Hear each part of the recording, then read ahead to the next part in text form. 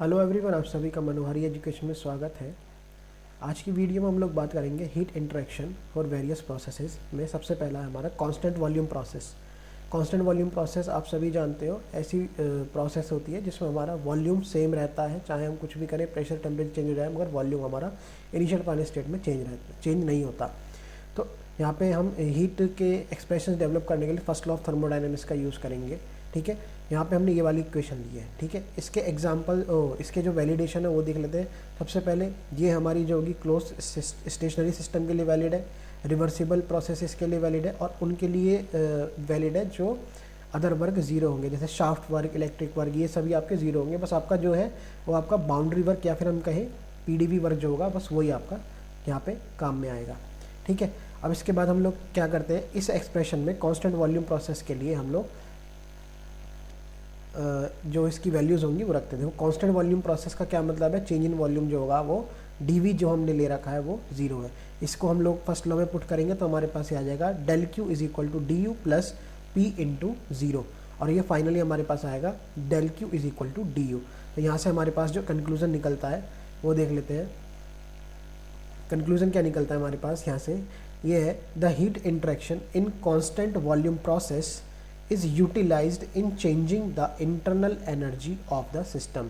कहने का मतलब क्या है, देखो यहाँ पे हमारा जो एक्सप्रेशन निकल के आया था वो आया था del Q is equal to D U. मतलब जितनी भी हमारी कांस्टेंट वॉल्यूम प्रोसेस होगी उसमें जितनी भी हमारी हीट इनपुट होगी, ठीक है, और क्या होगा, हीट आउट हो, कुछ भी हो, हीट इन हो या आउट हो, तो उससे होगा क्या, उससे ही होगा कि हमारी जो इंटरनल एनर्जी है उसमें चेंज आएगा। ठीक है ना, तो यही इसका कंक्लूजन है। अगर आपसे ऑब्जेक्टिव में पूछा जाए, देखो इंपॉर्टेंट किस तरीके से ऑब्जेक्टिव में क्वेश्चन आ सकता है कि ऐसी कोई प्रोसेस है जिसका आप हीट दो या लो या हीट इंटरेक्शन से इंटरनल एनर्जी ही चेंज हो, तो हाँ है, वो है आपकी कांस्टेंट वॉल्यूम प्रोसेस। ये आपको ध्यान रखना है।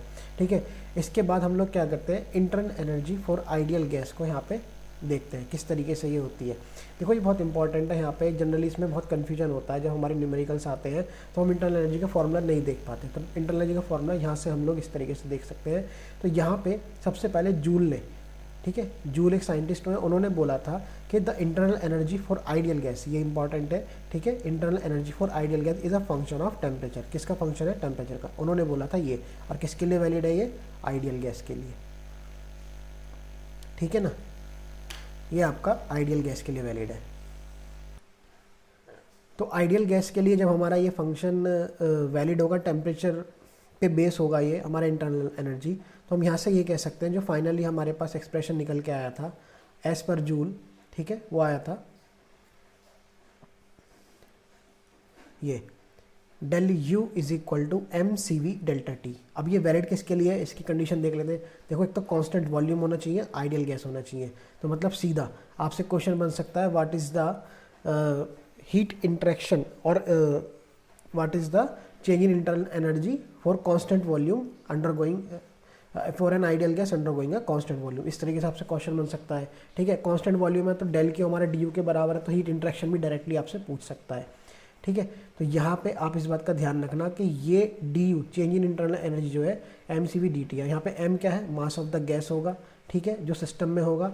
सी वी क्या है, specific heat at constant volume, ये बहुत ज़रूरी है। देखो ऑप्शन में आ सकता है इसकी जगह वो आपको लिख के दे दे सी पी वी दे दे, ठीक है, तो वो आपका गलत होगा। किसके केस में, डी यू के केस में। ठीक है, इस बात का आपको ध्यान रखना है। और उसके बाद जो लास्ट यहाँ पे डी टी यानी कि चेंज इन टेम्परेचर, आपका टेम्परेचर में कितना चेंज है, क्योंकि चेंज इन इंटरनल एनर्जी हमारी एक यहाँ पे क्वांटिटी हम लोगों ने उसका फॉर्मूला लिखा है डिफरेंशियल फॉर्म में या चेंज में लिखा है, तो हमारा टेम्परेचर का चेंज यहाँ पे हम कंसिडर करेंगे। अब इसके बाद आती है heat interaction process for the constant pressure process. ठीक है, अब कांस्टेंट प्रेशर प्रोसेस में क्या होता है, देखो हमें पता होता है हमारा प्रेशर जो होता है वो हमारा कांस्टेंट होता है। ठीक है, अब इसका क्या मतलब है, देखो कैसे ड्राइव करेंगे भाई, हम अकॉर्डिंग टू फर्स्ट लॉ से स्टार्ट करेंगे। हमने इक्वेशन कौन सी ली है, इस बात को आप ध्यान में रखना। देखो del Q is equal to D U plus P D V किसके लिए वैलिड है, अगेन हम इस चीज़ को देखेंगे। ये वैलिड है हमारी क्लोज्ड सिस्टम के लिए, ठीक है, स्टेशनरी सिस्टम के लिए, अदर वर्क ज़ीरो और रिवर्सिबल प्रोसेस, इनके लिए वैलिड है। ठीक है, अब यहाँ पे हमारा एक टर्म आती है, पहले उसको देख लेते हैं। ठीक है, वो होती है हमारी H is equal to U plus P V. ये एच क्या होती है, ये एच होती है हमारी एंथैल्पी। ठीक है ना, इसको बोलते हैं एंथैल्पी। अब ये एंथैल्पी होती क्या है, इसका फॉर्मूला ऐसा कैसे है या क्यों आया ये, इसकी हमने एक अलग से डेडिकेटेड वीडियो बना रखी है, आप उसको देख लेना, ठीक है ना। तो यहाँ पे हम लोग इसको क्या करेंगे, अब इस वाले एक्सप्रेशन को एंथैल्पी के डिफरेंशिएट करेंगे और देखेंगे क्या मिलता है हमें, D H is equal to D U plus P D V plus V D P, ठीक है। तो यहाँ पे कांस्टेंट प्रेशर प्रोसेस का हम फंडा अप्लाई करेंगे, जिसका मतलब ये है कि हमारा चेंज इन प्रेशर जो होगा वो ज़ीरो है। ये डी पी क्या है हमारा, change in pressure, change in pressure, ठीक है। ये क्या होगा हमारा, ज़ीरो होगा। इसको हम रखेंगे इस वाली इक्वेशन में, ठीक है। तो यहाँ से हमें मिल गया, यहाँ से हमें मिल जाएगा कांस्टेंट प्रेशर के लिए D H is equal to D U plus P D V plus V into zero, और ये पूरी टर्म हमारी ज़ीरो हो जाएगी। तो यहाँ से आ जाएगा हमारा D H is equal to D U plus P D V. अब यहाँ पे हम लोग इस वाली इक्वेशन को, ठीक है, और फर्स्ट इक्वेशन जो थी, फर्स्ट इक्वेशन का क्या मतलब है हमारी, ये वाली इक्वेशन जो थी, मतलब फर्स्ट लॉ ऑफ थर्मोडायनेमिक्स यहाँ पे जो लिखी हुई है, इन दोनों को अगर हम कंपेयर करें तो हमारे को क्या मिला, देखो इन दोनों को हमें कंपेयर करके मिला कि ये दोनों एक्सप्रेशन हमारे डेल क्यू और डी एच ये दोनों हमारे सेम है, और किसके बराबर है, D U plus P D V के, ठीक है ना। देखो यहाँ पे लिख देता हूँ मैं, del Q is equal to D U plus P D V, ये क्या थी हमारी इक्वेशन 1 थी। अब हमने इन दोनों को जब कंपेयर किया तो हमने ये देखा कि हमारे पास ये रिजल्ट निकला कि डेल क्यू और डी एच हमारे बराबर है। अब इसकी कंडीशंस क्या है ये देख लेते हैं। इसकी कंडीशन है कि ये वैलिड किस किस के लिए है, कांस्टेंट प्रेशर के लिए है और आइडियल गैस के लिए। मतलब कोई भी अब आइडियल गैस हमारी कांस्टेंट प्रेशर के अंडर गोइंग होती है तो हम उसमें हीट एंथैल्पी की टर्म्स में निकाल सकते हैं।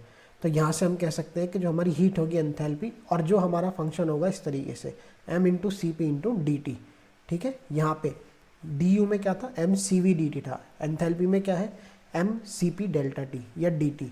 यहाँ पे m क्या है हमारा, मास ऑफ द गैस, ये सी पी है, देखो ये सी पी है, ठीक है। अगेन ऑब्जेक्टिव बनेगा कि वो यहाँ पे आपको सी पी ना देखे सी वी दे देगा, तो वो आपका गलत हो जाएगा।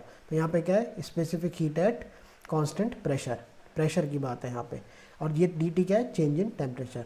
तो अब आप ये देखो कि कंक्लूजन क्या मिलता है हमें, the heat interaction for an ideal gas undergoing constant pressure, ठीक है, process is utilised in changing the enthalpy of the system. It is very important. वो कह सकता है कि क्या कोई ऐसी प्रोसेस है कि पूरी की पूरी हीट एंथैल्पी में कन्वर्ट हो जाए आपकी, ठीक है, हाँ हो जाएगी। ऐसा कौन सा है कि कोई भी आइडियल गैस आपकी कांस्टेंट प्रेशर के अंडर वो जा रही है, या फिर कोई भी आइडियल गैस कांस्टेंट प्रेशर के थ्रू आपकी इनिशियल से फाइनल स्टेट जा रही है, तो आपकी जो है जितनी भी हीट होगी वो एंथैल्पी को चेंज करने में जाएगी। इसका मतलब यही है, ठीक है। तो यहाँ पे आपको जो बातें याद रखनी है उसका एक पहला पॉइंट तो ये है कि डी क्यू डी एच हमारा बराबर, डेल क्यू डी एच यहाँ पे बराबर होंगे किसके केस में, कांस्टेंट प्रेशर आइडियल गैस के केस में, और जिनका formula M C P D T होगा, ठीक है। दूसरा क्या है, दूसरा आपको याद रखना है यहाँ पे जो मेन इंपॉर्टेंट है वो याद रखना है आपको कि जो आपकी डी यू होती है, इंटरनल एनर्जी जो होती है वो M C V D T होती है, ठीक है। दोनों में क्या फ़र्क है, डी यू और डी एच में, डी यू में सी वी आएगा और डी एच में सी पी आएगा, ठीक है। और तीसरा ये रिजल्ट आपको याद रखना है, वो ये याद रखना है कि कांस्टेंट वॉल्यूम के केस में इंटरनल एनर्जी का चेंज ही आपका होता है हीट इंटरेक्शन के बराबर, ठीक है ना। तो ये तीन बातें आपको यहाँ पे, तीन रिजल्ट यहाँ पे सामने आए हैं, इनको आपको याद रखना है अच्छे से, ठीक है। So thank you for watching this video and stay tuned for the next heat interaction in other videos. Thank you.